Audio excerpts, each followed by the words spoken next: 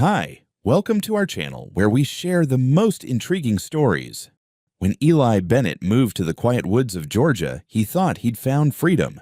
But one delivery truck, a power-hungry HOA, and a fake terror alert turned his peaceful life into a legal war zone. What began as a furniture drop became a federal showdown.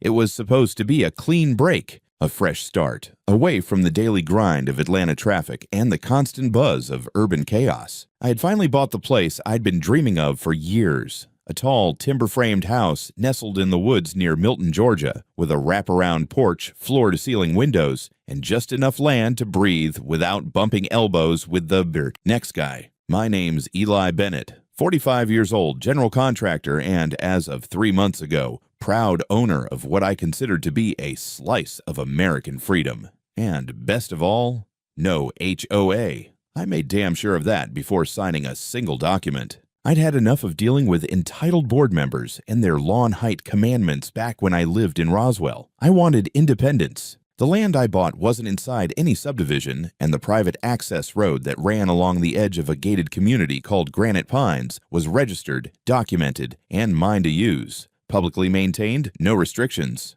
It just happened to pass by their entrance gates. That's it. They didn't like it, sure, but they had no say over it.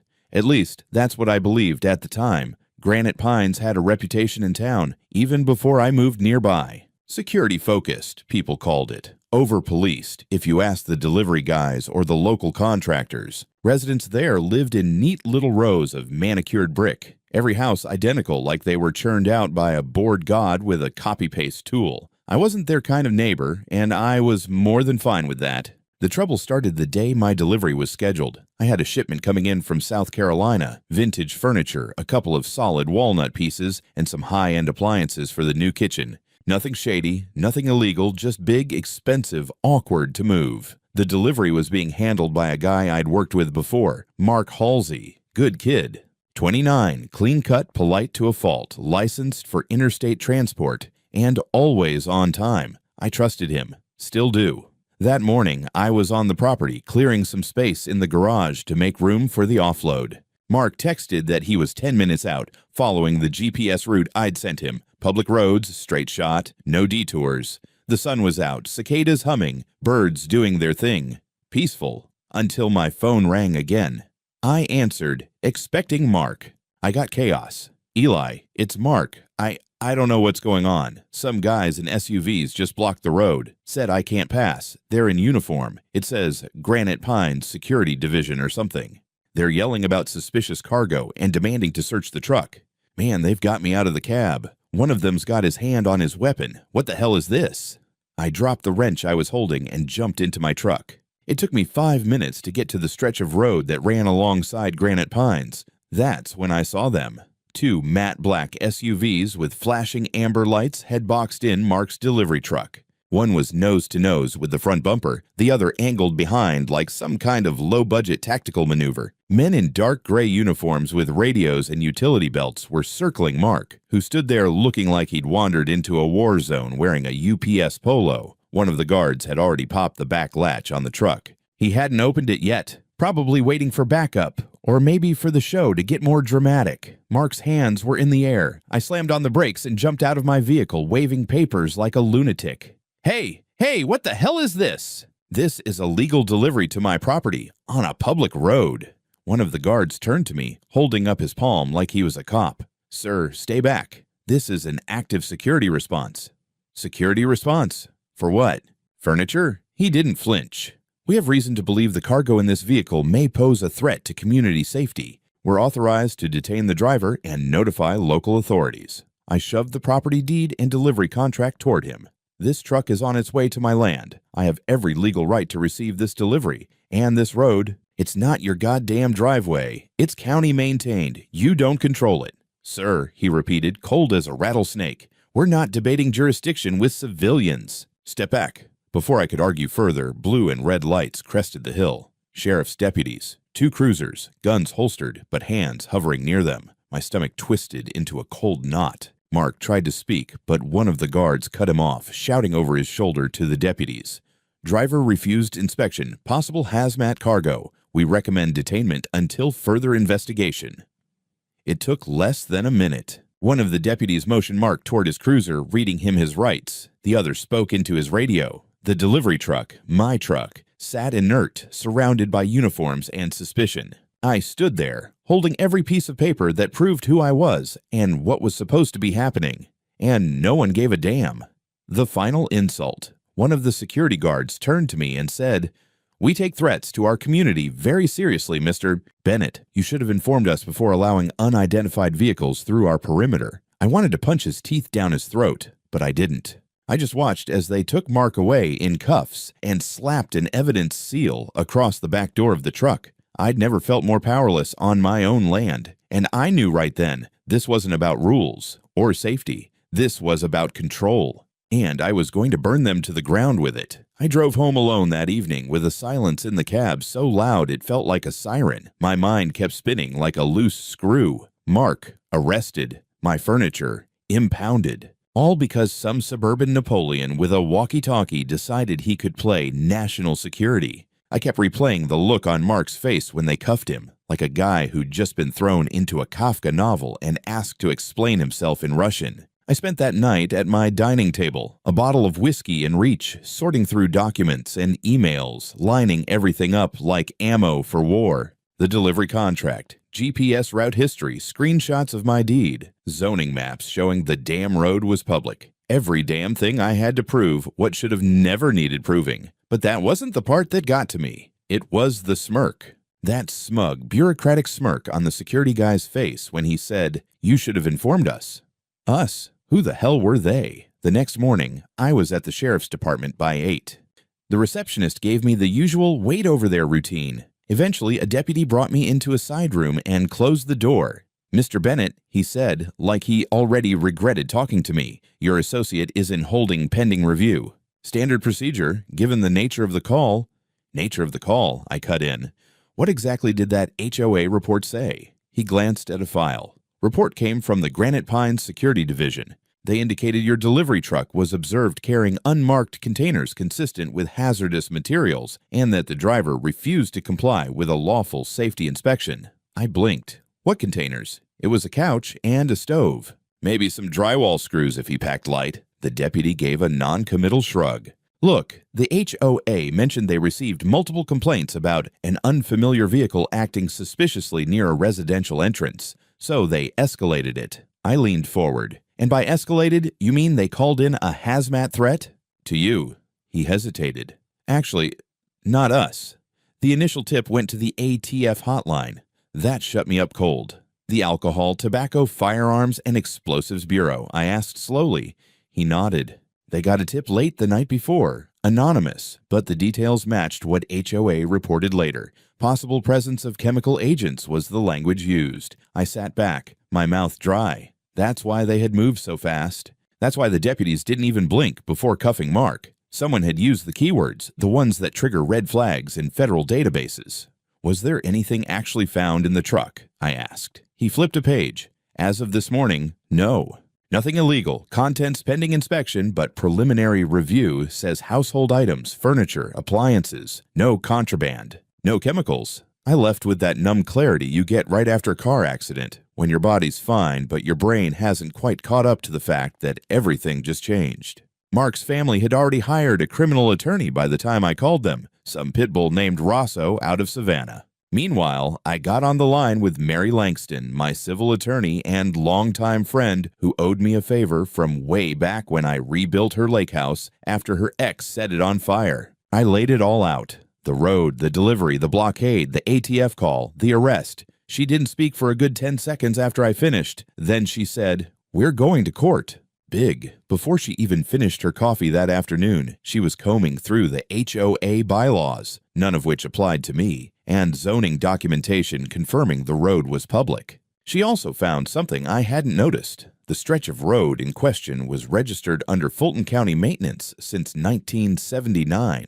Granite Pines had only existed since 2003. But it wasn't just about maps and rules. Mark's lawyer, Rosso, managed to get a copy of the original call transcript made to the ATF tip line. It wasn't easy. He had to pull strings, but when he read it to me over the phone, my blood froze. Caller reports unmarked cargo containers with possible metallic tubing and electrical wiring entering community without clearance. Possible explosive precursor materials. Recommends immediate detainment. Suspect is non-compliant and evasive. Claims destination is a non-member lot in the area under HOA dispute. Non-member lot, that was me. They didn't just want to stop a truck, they wanted to drag me into their zone, by force, if needed. Mary looked at me and said, "You realize what this is, right? They didn't just lie. They tried to manufacture a threat to get federal force involved." The real twist came later that day when I got a call from a friend of mine at the county zoning office. He'd been poking around for me, unofficially. Apparently, Granite Pines had submitted an inquiry 6 months earlier asking whether the undeveloped parcel adjacent to their eastern road, which happened to be my land, could be rezoned under their jurisdiction. The request was denied twice. Now they were trying to police the access anyway. When I checked my security cams, I saw something else. A night before the arrest, around 11 p.m., a black SUV rolled slowly past the road, stopped briefly near the edge of my property line, then backed out and left. Mark's truck hadn't even arrived yet. They weren't reacting to anything. They were waiting, planning, hoping to catch something or someone they could use. And it worked. Until now. By the third day, the situation had stopped feeling local. It didn't feel like a power-hungry HOA anymore, or even an overzealous private security firm. It felt bigger, heavier, like I'd tripped a wire that went straight into a federal building somewhere with no windows and too many flags. That morning started with a call I didn't expect. Unknown number, Washington, D.C. area code. "Mr. Bennett," a calm male voice said, "This is Special Agent Thomas Keller with the Bureau of Alcohol, Tobacco, Firearms, and Explosives. I'd like to ask you a few questions regarding a delivery vehicle intercepted near Granite Pines." I laughed. Not because it was funny, because if I didn't laugh, I was going to swear so hard my phone would melt. "You mean the furniture truck?" I said. "The one with a couch and a stove." There was a pause on the line. Not an awkward one, a measured one. "Yes, sir." That vehicle. An hour later, 2 unmarked federal vehicles rolled up near the impound lot where Mark's truck was being held. I was already there with Mary. Mark had been released the night before without charges, but his truck was still sealed like it had hauled plutonium instead of walnut furniture. The ATF agents were nothing like the HOA goons. No shouting, no posturing, just quiet professionalism and a kind of restrained irritation, like people who were very aware their time had been wasted. They broke the seal, opened the back of the truck, and stood there staring for a moment. One of them actually sighed. "This is it?" one agent asked, gesturing at a shrink-wrapped armoire. "That's the bomb," I said dryly. "Mid-century modern, very dangerous if dropped on your foot." Nobody laughed, but one of them shook his head. They went through everything. Every crate, every toolbox, every wrapped panel. They scanned, swabbed, photographed. No chemicals, no wiring beyond appliance cords, no suspicious materials, nothing remotely illegal. After 2 hours, Agent Keller pulled me aside. "Mr. Bennett, I'm going to be very clear," he said. "There was no basis for this tip. None." I asked the question that had been gnawing at me since the sheriff mentioned it. "What exactly was reported?" He exhaled through his nose. The tip alleged the presence of explosive precursor materials, metallic tubing, electrical components, unmarked containers. It specifically referenced improvised explosive device construction indicators. My jaw tightened. "And you took that seriously." "We don't have the luxury not to," he said flatly, "but what concerns us isn't the cargo. It's the report itself." That's when he explained it to me. Filing a false tip like that wasn't just lying to a cop. It wasn't a misdemeanor nuisance call. It was a federal offense. Making knowingly false statements intended to trigger a terrorism-related response could land someone in prison. Real prison. Not HOA court with folding chairs and bottled water. I asked him if they knew who made the call. "Not yet," he said, but the call originated from a VoIP service routed through a private network. However, subsequent reports submitted to local authorities referenced the same language, same phrasing, same alleged threat, same source, same voice. Someone had rehearsed it. By that afternoon, Mark called me. His voice sounded different, tight, guarded. "My company put my contracts on hold," he said. "They say it's temporary, pending review. But you know what that means." I did. In his line of work, even a whiff of federal involvement stuck like a stain. Nobody wanted to be the guy whose name popped up next to words like ATF and chemical agents, even if it was all bullshit. Mary was already moving. She sent formal requests to both the sheriff's department and the ATF, documenting the lack of findings and the false nature of the report. She also advised me to file a civil complaint immediately, not just for damages, but to lock in a timeline before anyone tried to rewrite it. That evening, another piece fell into place. Mary forwarded me an internal HOA email chain she'd obtained through a subpoena request tied to a prior zoning dispute. It wasn't about Mark directly, but it made my stomach drop. One message, sent months before I ever moved in, read, "If we don't establish control over that access road now, we lose leverage. The new owner won't cooperate. Escalation may be necessary." Escalation. That's what they called it. Not safety. Not concern. Escalation. The ATF wrapped up their on-site work the next morning. Before Agent Keller left, he gave me a look that told me he'd seen this kind of thing before. People weaponizing the system to get their way. "Mr. Bennett," he said, "we're opening a separate inquiry into the origin of the false report. I suggest you keep every record, every message, every camera feed you have."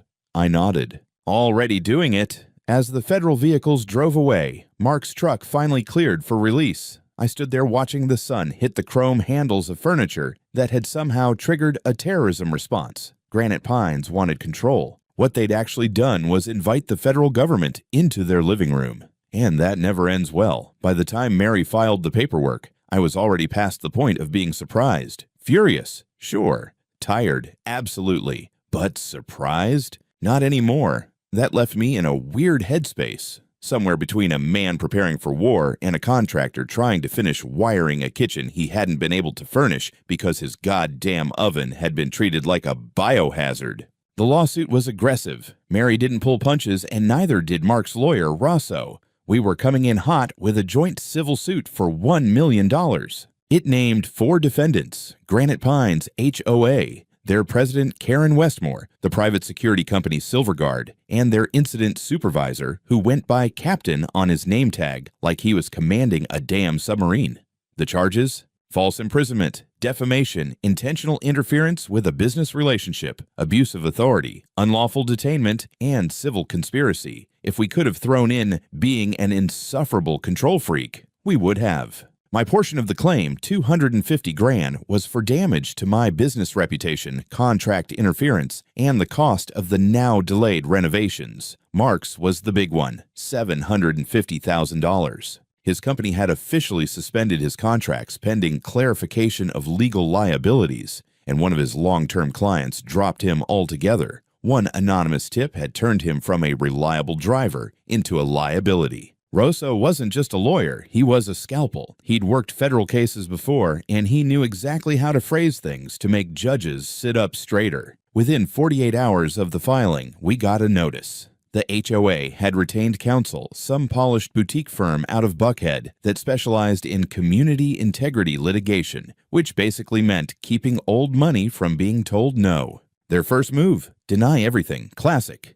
The HOA released a public statement calling the incident a tragic misunderstanding that stemmed from an abundance of caution and a desire to protect residents. They tried to make it sound like Mark had been randomly parked in the middle of their neighborhood, waving around a chainsaw and screaming about fertilizer. Karen herself stayed quiet, not a word. But I knew her silence wasn't humility, it was strategy. Then, just when I thought we'd hit peak absurdity, we got our hands on something explosive. Mary had filed a formal discovery request, standard procedure. But the response from the HOA included a file they clearly hadn't reviewed properly before sending, a forwarded chain of internal messages between board members. And in that chain was a line from Karen, dated 3 days before Mark's arrest. "The county screwed us on that parcel. If we don't act now, he's going to do whatever he wants. We need to take control of access, or at least make it painful enough that he comes to the table. Make it painful, not cooperate, not negotiate. Make it painful."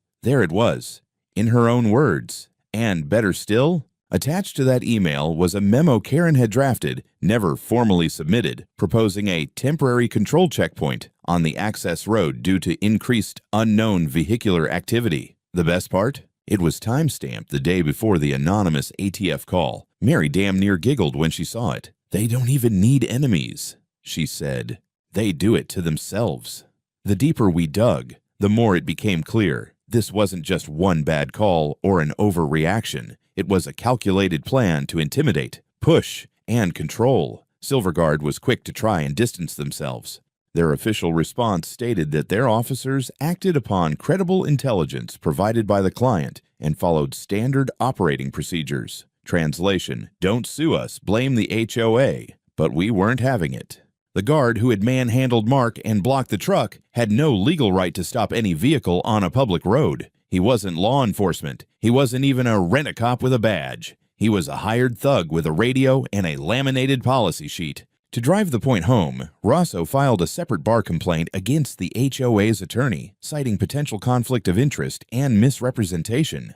Mary sent a formal request to the county to reaffirm the public status of the road, which they did in writing, with a big damn seal on the bottom. Granite Pines had no jurisdiction, no claim, and no authority over that stretch. When we made the lawsuit public, the media finally caught wind. At first, it was just a few local reporters sniffing around, but then someone dropped the words "false terrorism report" into an interview, and everything blew up. Near Fox 5, Atlanta ran a segment. The headline read, "HOA accused of triggering ATF raid over furniture delivery." It was like watching Karen's grip on the narrative slip one greasy inch at a time. That week, the HOA called for an emergency board meeting. Some members started pushing for a settlement. Others wanted to double down and protect the integrity of the community. I wasn't invited, obviously, but someone leaked the minutes to me anyway. Apparently, Karen stood at the head of the meeting and said, "This isn't about him.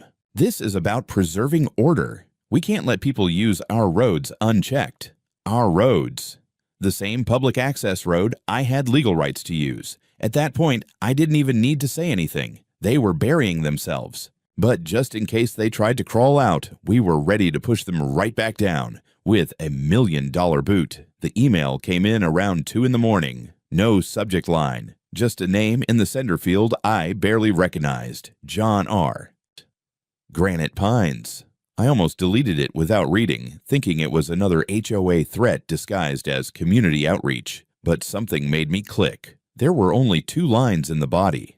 "I don't agree with what she's doing. I have information. Please call me. John Rivers." I stared at it for a while. John Rivers. I'd seen the name in the Discovery docs. Treasurer, I think. Kept a low profile. Never spoke at HOA meetings, at least not in the clips I'd seen online. I debated ignoring it. The last thing I needed was some HOA rat trying to play both sides for damage control. But curiosity got the better of me. I called the next morning, half expecting him to ghost me. He picked up on the first ring. "Mr. Bennett," he said quietly. "I'm not supposed to be talking to you, but I can't stay quiet anymore." He didn't waste time. Said he wanted to meet somewhere off the radar. We ended up sitting in his car in a back lot behind a strip mall in Alpharetta, like we were doing a damn drug deal. The guy looked tired. Mid-50s probably, but the kind of tired that seeps into your bones when your conscience's been eating you alive. He started talking before I could even ask anything. "I didn't know she was going to do this," he said.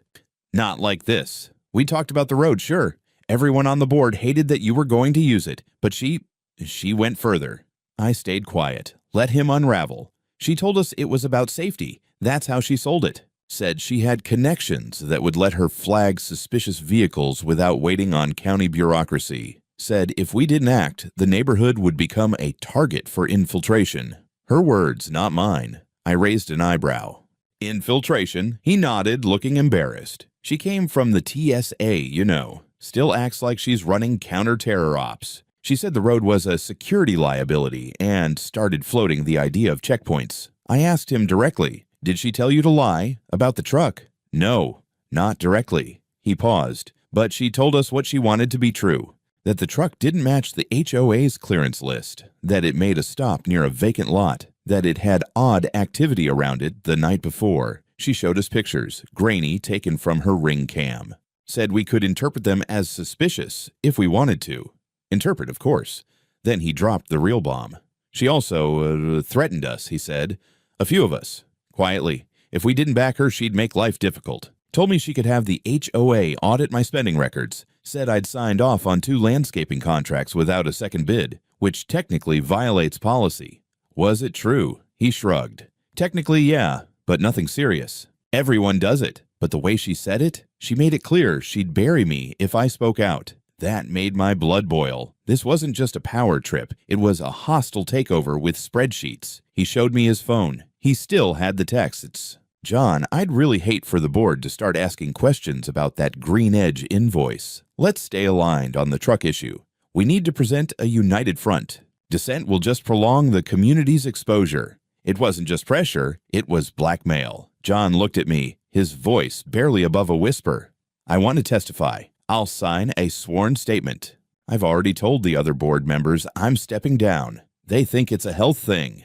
It was a health thing, I realized, the kind that eats at your soul. Mary was ecstatic when I told her. She immediately scheduled a formal deposition and requested emergency permission to amend our complaint, adding Karen's use of coercion and retaliation against other board members. That upped the stakes. We weren't just dealing with HOA overreach anymore. We had the makings of a civil RICO case. Rosso took it a step further. If we proved this was an organized effort using false pretenses and intimidation to control territory and suppress opposition, that's not just civil liability. That's conspiracy, possibly extortion. Mark, still reeling from the fallout of his suspension, started to smile again for the first time in days. So, now it's not just me versus HOA Karen. It's Karen versus the United States. But Karen didn't flinch. That week, she showed up at a local town hall meeting with her usual Stepford wife composure, claiming she was the victim of a coordinated smear campaign by disgruntled outsiders trying to dismantle community unity. Her audience? A bunch of retirees in golf polos who clapped like she was Moses coming down from the mountain, but the cracks were starting to show. That same night, someone anonymously leaked a board recording to a local blog. In it, Karen can be heard shouting at a fellow member, "You think I care about jurisdiction? I'll shut that road down myself if I have to." The video went viral in under 24 hours.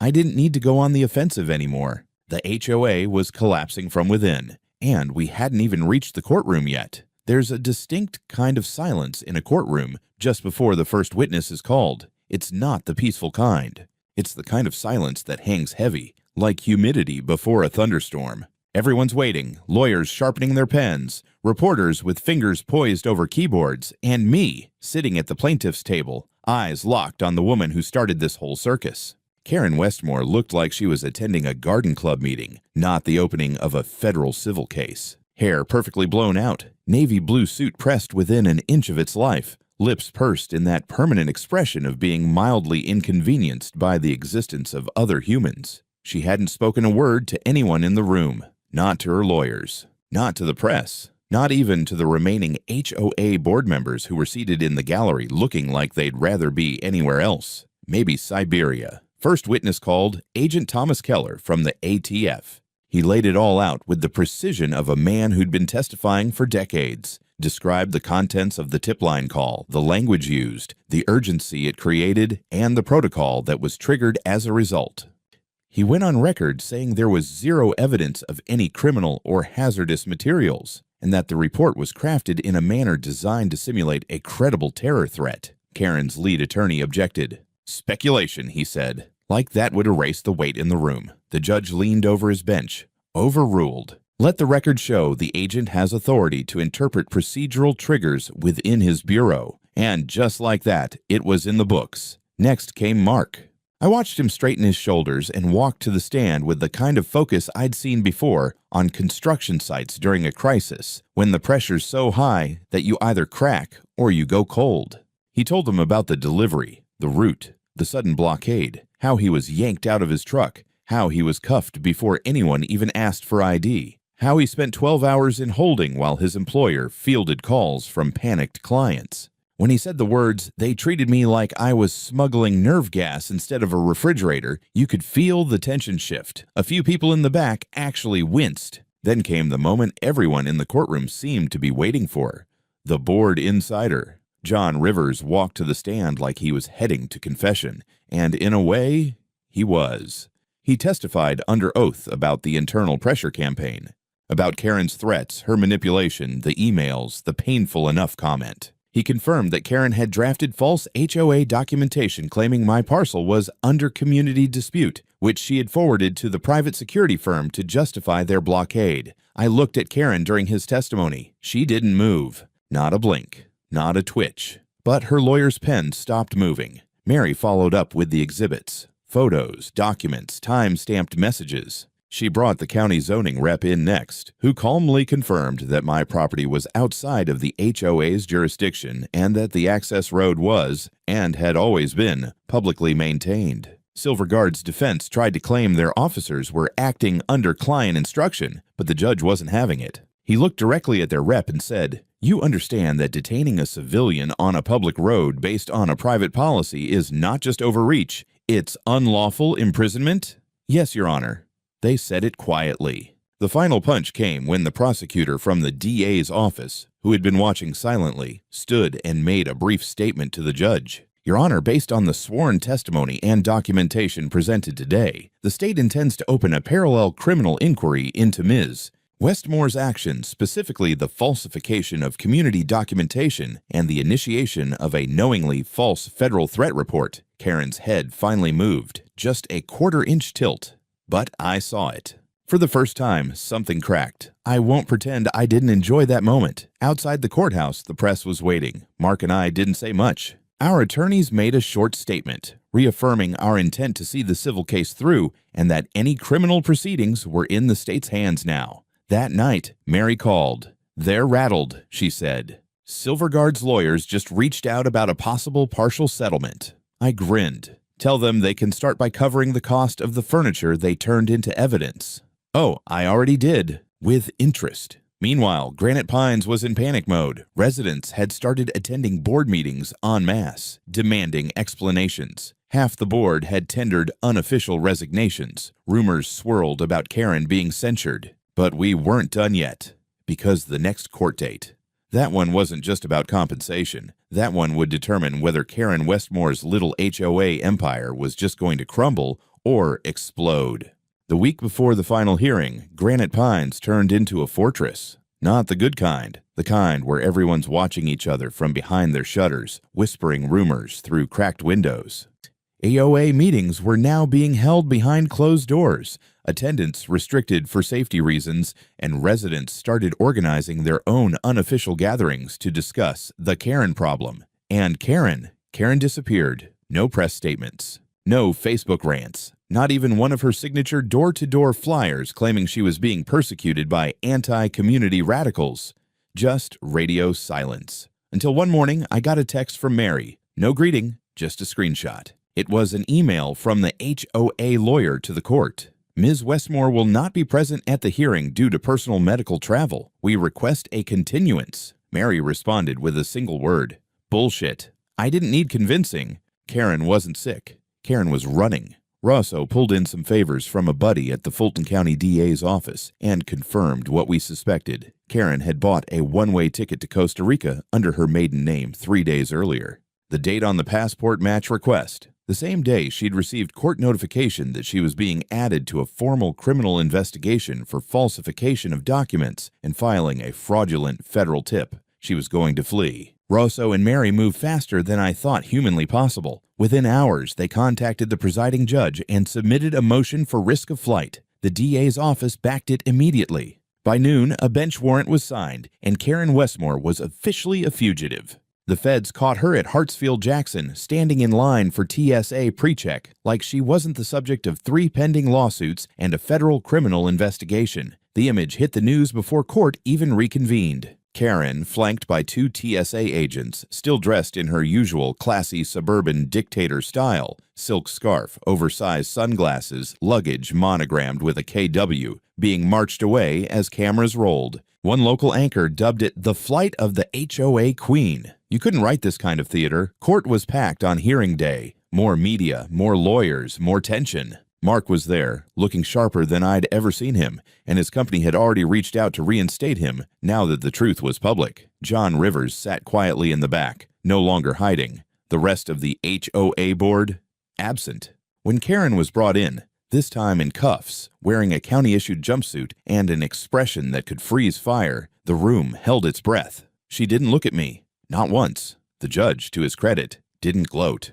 But he made it clear, What had started as a civil matter had grown into something deeply disturbing, involving deliberate attempts to manipulate both legal and federal agencies under the guise of community safety. He listed the confirmed offenses, like a drum roll: filing a knowingly false report to a federal agency, falsifying community documentation, unlawful detainment through unlicensed private security, attempted flight to evade prosecution, coercion of HOA board members. Then the kicker. This court finds Karen Westmore in contempt and orders her immediate remand to federal custody pending trial on multiple felony counts. The courtroom didn't cheer, but I'll be honest, I heard someone exhale like they'd just dropped a backpack full of bricks. Karen tried to speak once. Her lawyer leaned in to whisper something, and she sank back into her seat, lips pressed so tight they turned white. The hearing continued with little resistance. Silverguard's settlement was approved, six-figure payout to Mark, partial restitution to me, and immediate termination of their contract with Granite Pines. They issued a formal apology, which no one believed. Then the judge moved to the HOA itself. He declared their conduct in direct violation of both municipal cooperation guidelines and state-level civil rights protections. A formal audit of HOA operations was ordered. The state HOA Oversight Board was notified. Granite Pines was effectively paralyzed. And with Karen gone, the other board members had started turning on each other like rats in a flooding basement. The treasurer resigned. The secretary claimed she was just following orders. One of them even filed a restraining order against the HOA, citing a hostile and retaliatory environment. Mary turned to me and whispered, "You didn't just win. You detonated the entire structure." We walked out of the courthouse into flashing lights and a wall of reporters. Mark made a statement about justice and accountability. I didn't say much, just looked into the camera and said, "Don't ever let people scare you off your own land." Simple, final, and true. You'd think that after watching a tyrant in pearls get dragged off in cuffs, life would snap back to normal. It didn't. But it got quiet. The kind of quiet that lets you hear your wind chimes again. The lawsuit was settled within 3 weeks of Karen's arrest. The court awarded me exactly what we asked for, $250,000 in damages plus legal fees. Mark got the full $750,000. Silverguard, now hemorrhaging clients across the Southeast, agreed to pay out fast to avoid more headlines. Their CEO resigned 2 days later, citing health concerns. Corporate speak, for this is on fire and I'm getting out. Granite Pines HOA didn't survive. By the time the state audit rolled in, 3 board members had resigned, 2 were facing civil charges, and 1 was still pretending she didn't really know what Karen was doing. The audit uncovered years of petty misuse of funds, landscaping, invoices paid to cousins, bulk purchases of surveillance equipment that turned out to be backyard motion lights from Home Depot, and a baffling expense for emergency preparedness consultancy that led to a guy in a Hawaiian shirt teaching CPR in someone's garage. Facing fines, sanctions, and the PR disaster of the century, the remaining HOA members voted, quietly, privately, and without public announcement, to dissolve the association. Granite Pines was left leaderless. Residents were given the option to form a voluntary civic committee instead. Most chose not to. Karen remained in federal custody, awaiting trial. Her bail was denied on flight risk grounds. Rumors swirled about her flipping on someone higher up, but the truth was simpler. She had no one left to shield her. No allies, no HOA army, just court dates and lawyers, and a growing list of people who wanted nothing to do with her. As for me, I went back to building. My kitchen was finally finished. The walnut cabinets were worth the fight. I poured bourbon into a glass and leaned against the counter the night the last appliance went in, staring out the big bay window at the road that had started it all. My road. I installed a new gate at the entrance, not to keep people out, but to make a statement. Above it hangs a steel sign, laser-etched and bolted into the wood like gospel. Private access road trespassing will be prosecuted. This property is not subject to HOA authority.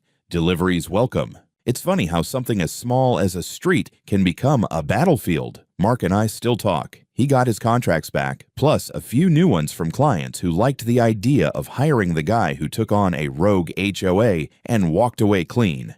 The media died down eventually, as it always does. But for a little while, we were symbols, proof that you could push back. that you didn't have to let people in blazers and clipboards dictate the borders of your life. And then, one afternoon, a young couple pulled up just past my gate in a dusty old Jeep. They waved, asked if I was the guy from the HOA story. I grinned. Depends who's asking. They laughed and said they'd just bought a nearby plot. Said they wanted advice on how to handle Granite Pine's welcoming committee, who'd already tried to hand them a copy of the community guidelines. I handed them a copy of my lawsuit instead. They took it, wide-eyed, and said, "Thank you." As they pulled away, I stood there for a moment, watching the dust rise behind their wheels. A new road, a different fight, but this time someone else wouldn't be starting from zero.